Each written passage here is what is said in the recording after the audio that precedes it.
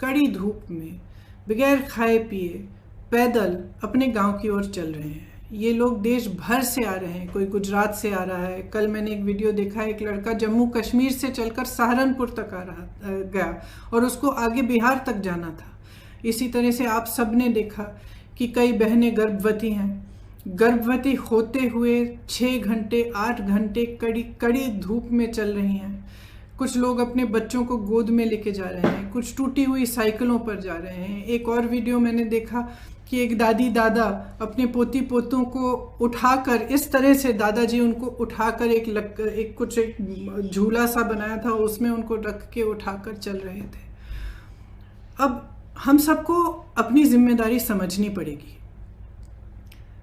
ये सिर्फ भारत के लोग नहीं हैं, ये भारत के वो लोग हैं जो भारत की रीढ़ की हड्डी हैं, जिन्होंने ये इमारतें बनाई जिनमें हम रह रहे हैं, जिनके खून और पसीनों से ये देश चलता है। हम सबकी जिम्मेदारी है इनके प्रति, मेरी है, आपकी है, सरकार की है, हर राजनीतिक दल की है।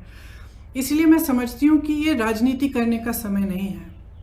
बहुत ही स्पष्ट हूँ कि हर राजनीतिक दल अपने राजनीतिक परहेजों को दूर करते हुए सकारात्मक भाव से, सेवा भाव से लोगों की मदद में शामिल हों। तो उत्तर प्रदेश की जो कांग्रेस पार्टी है, इसी भावना को लेकर जैसे ही लॉकडाउन की अनाउंसमेंट हुई, उसके अगले दिन हमने हर ज़िले में वॉलंटियर ग्रुप बनाए, जिसको हमने कांग्रेस के सिपाही का नाम दिया। इन वॉलंटियर ग्रुप्स के ज़रिए हमने हेल्पलाइन जारी करी हर ज़िले में, और दिन रात हम खाना राशन बांटने का काम कर रहे हैं। इसके अलावा हमने सांझी रसोइयाँ खोली। उसके अलावा हमने हाईवे के टास्क फोर्स बनवाए, जो हाईवे पे जो चल रहे हैं उनकी मदद के लिए है।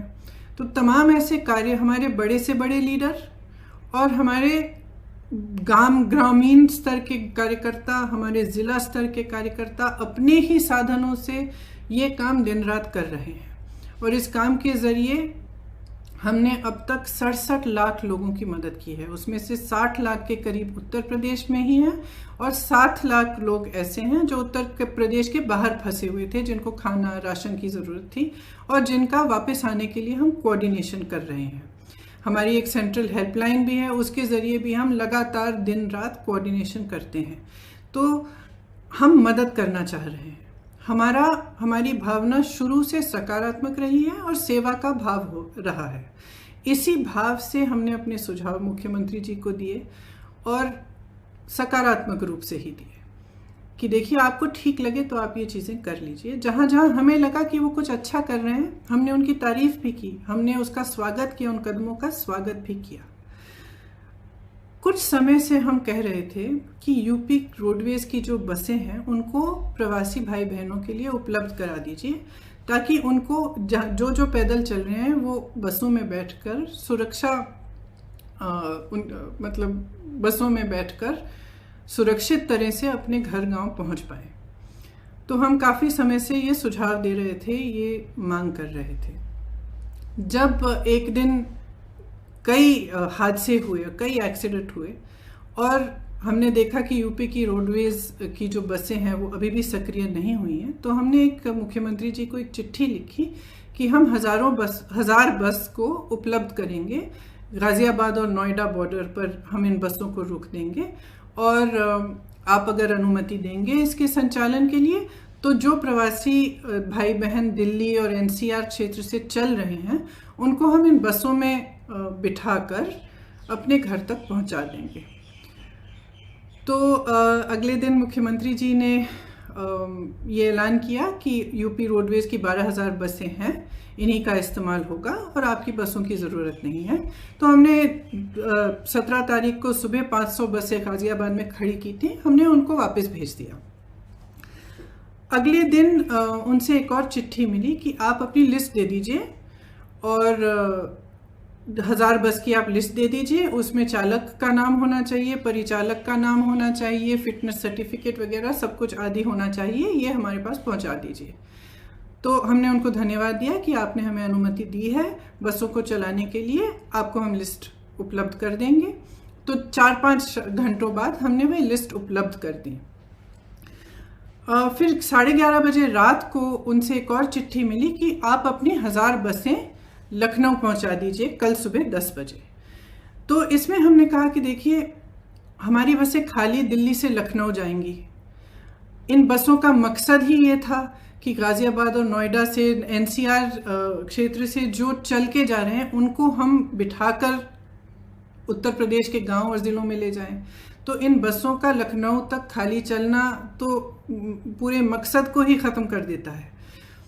तो हमने उनसे ये सुझाव दिया कि देखिए, हम गाज़ियाबाद नोएडा में इन बसों को तैयार रख लेंगे, आप परमिट दे दीजिएगा।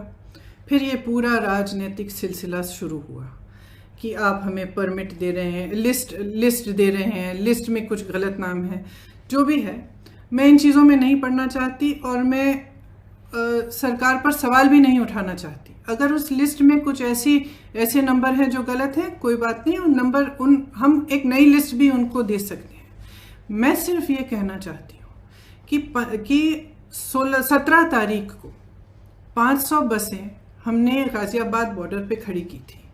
अगर वो 500 बसें चली होती तो कम से कम 20,000 लोग घर सही सलामत पहुंच जाते। कल हमने 900 बसें, 500 बसें राजस्थान के बॉर्डर पर और राजस्थान यूपी के बॉर्डर पर, और 300 से अधिक बसें, जिनकी पूरी टोटल संख्या 900 के करीब थी, हमने गाज़ियाबाद बॉर्डर पे, दिल्ली बॉर्डर पे हमने उपलब्ध कराई। अब अगर ये बसें चली होती तो कल 36,000 और आज 36,000 लोग अपने घर के लिए सही सलामत सुरक्षापूर्ण रवाना हो जाते। लेकिन हम इस राजनीतिक सिलसिले में उलझे रहे।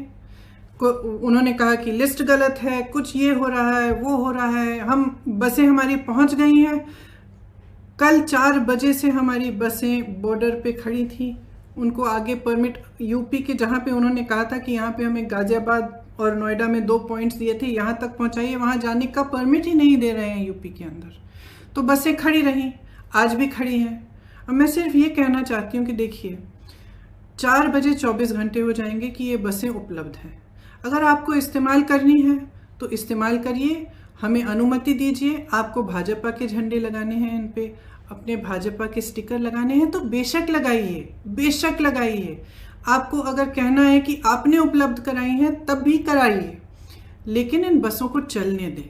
क्योंकि जब तक हम इस राजनीतिक उलझन में पड़े रहे हैं ना, जब तक आप अजीब अजीब से बयान दे रहे हैं और तमाम इश्यूज उठा रहे हैं, तब तक हम कम से कम 92,000 लोगों को घर पहुंचा सकते थे। और वही 92,000 लोग आज धूप में चल रहे हैं, उनके सामने तमाम मुसीबतों को झेलते हुए चल रहे हैं। तो मैं सिर्फ मुख्यमंत्री जी से ये आग्रह करना चाहती हूँ, हमारी बसें वहाँ पे 4 बजे तक खड़ी हैं, आपको इस्तेमाल करनी है तो आप हमें परमिट दीजिए, अनुमति दीजिए कि हम उनका संचालन कर सकें। अगर आपको नहीं इस्तेमाल करनी है तो भी कोई बात नहीं, हम उनको वापस भेज देंगे। हमने 3 दिन पहले भी वापस भेज दिया था 500 बसों को, हम वापस भेज देंगे।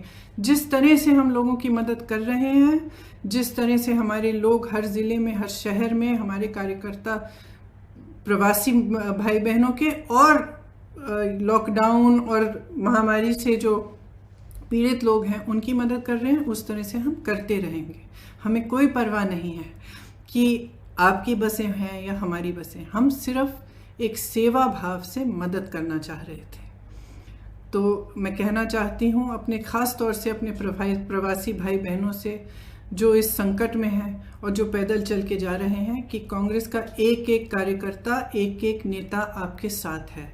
आप उत्तर प्रदेश के जिस ज़िले से, जिस शहर से गुजरेंगे, हमारे लोग आपको मिलेंगे, आपको खाना उपलब्ध करेंगे, आपके लिए पानी उपलब्ध करेंगे, आपकी कोई भी सुविधा की ज़रूरत हो वह उपलब्ध करेंगे। हमारी जो क्षमता है उससे हम पूरी तरह से आपको मदद करने की कोशिश करेंगे और हम आपके साथ इस संकट में खड़े हैं।